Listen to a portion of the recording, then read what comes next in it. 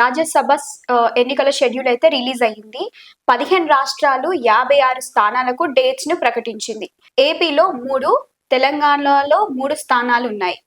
మారిన రాజకీయ పరిణామాలతో ఎవరెవరు ఎన్ని స్థానాలు దక్కించుకోగలరు? ఇప్పుడు యాక్చువల్లీ రాజ్యసభ సీట్లు నేషనల్ లెవెల్లో మొత్తం మీరు చెప్పినట్టు 15 రాష్ట్రాలు ఉన్నాయి. 56 సీట్లకి నోటిఫికేషన్ ఈసీ ఇచ్చింది. అందులో మనం తెలుగు రాష్ట్రాలు చూస్తే తెలంగాణలో 3 ఉన్నాయి, ఏపీలో 3 ఉన్నాయి. సరే, ఇప్పుడు ఏపీలో వైఎస్ గవర్నమెంట్ ఉంది, జగన్ గవర్నమెంట్ ఉంది. దానికి 151 మంది ఎమ్మెల్యేలు ఉన్నారు కాబట్టి ఈ ఈ రాజ్యసభ స్థానాలని అది గెలిపించుకోవడం పెద్ద కష్టమేం కాదు.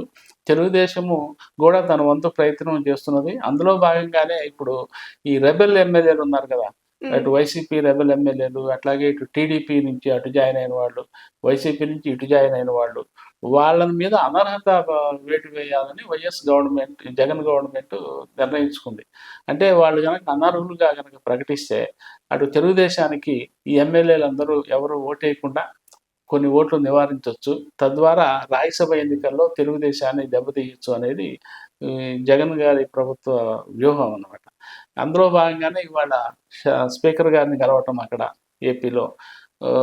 మరోవైపు ఏమో ఈ వైసీపీ రెబెల్స్ హైకోర్టులో కూడా పిటిషన్ వేశారు, ఇది ఈ అనర్హత పిటిషన్ మీద. యాక్చువల్లీ స్పీకర్ గారు ఉన్నట్టుండి ఈ దాదాపు వారం 10 రోజుల క్రితం అనర్హతకి వీరు ఎందుకు అర్హులు గారో చెప్పండి అని చెప్పి నోటీసులు ఇవ్వటము, వాళ్ళేమో మాకు టైం కావాలి, 30 రోజులు టైం కావాలని అడగటము. అయితే 30 రోజులు ఇవ్వలేము, 29వ తారీఖు వచ్చి సమాధానం చెప్పండి అని స్పీకర్ అంటాము. 29 అంటే ఈరోజు మధ్యాహ్నం 4 వెళ్ళారు. 4 వెళితే అది మామూలుగా అయితే వాళ్ళు మాకు ఈ టైం చాలదు, రకరకాల ఒక్కొక్కళ్ళు ఒక్కొక్క కారణం చెప్పారు. మాకు సమయం చాలదు, మాకు 4 రోజులు సమయం ఇవ్వాలని చెప్పి వచ్చారు. ఇక వచ్చిన తర్వాత స్పీకర్ నిర్ణయం ఎలా ఉంటుంది అనేది చూడాలి. ఇంకోవైపు ఏంటంటే హైకోర్టులో ఆల్రెడీ వీళ్ళు లంచ్ మోషన్ వేశారు మధ్యాహ్నం.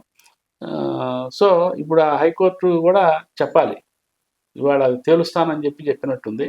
ఇంకా మరి అల్టిమేట్గా ఇప్పుడు స్పీకర్ కూడా హైకోర్టు ఏం చెప్తుందో చూస్తారా, లేకపోతే స్పీకర్ తన మానాన్ని తను తీర్పిస్తారా అనేది చూడాలి. జనరల్గా అసెంబ్లీ స్పీకర్లు ఈ కోర్టు వాటిని అంటే వాళ్ళ సార్వభౌమత్వం వాళ్ళదే, వీళ్ళ సార్వభౌమత్వం వీళ్ళదే కాబట్టి హైకోర్టు తీర్పు కోసం ఆయన వెయిట్ చేయకపోవచ్చు.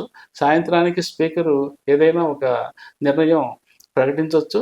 ఆ నిర్ణయం ప్రకటించేది అనర్హుల్ని చేస్తున్నట్టు కనుక ప్రకటిస్తే వీళ్ళెవరు రేపు రాజ్యసభ ఎలక్షన్స్లో ఓటు వేయడానికి అవకాశం ఉండదు. ఇది యాజ్ ఆన్ టుడే ఉన్న సిచ్యువేషన్.